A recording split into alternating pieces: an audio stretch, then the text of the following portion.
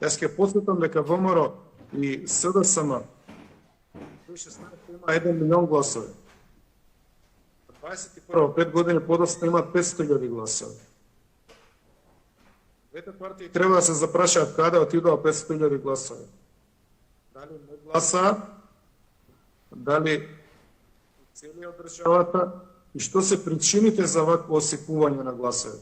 Скоро 50% е намалена во обем бројката на граѓани што гласале за овие две партии.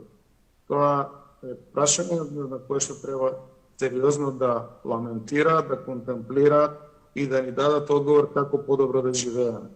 Без резови кои што се од учебници во дигитални учебници, без никој никога да праша и без дебата, како што рековте, велики немаше дебата.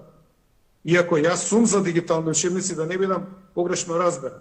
Јас знам дека е тоа иднината на едукацијата. Едноставно ќе нема книги.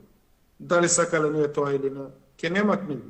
Затоа што за да има книги треба хартија, за да има хартија треба да се сечат дрва. Ако се сечат дрвата, си го уништуваме својот производител на воздух и уништуваме иднината на планетата. Значи, правецот е тој, но дебата нема.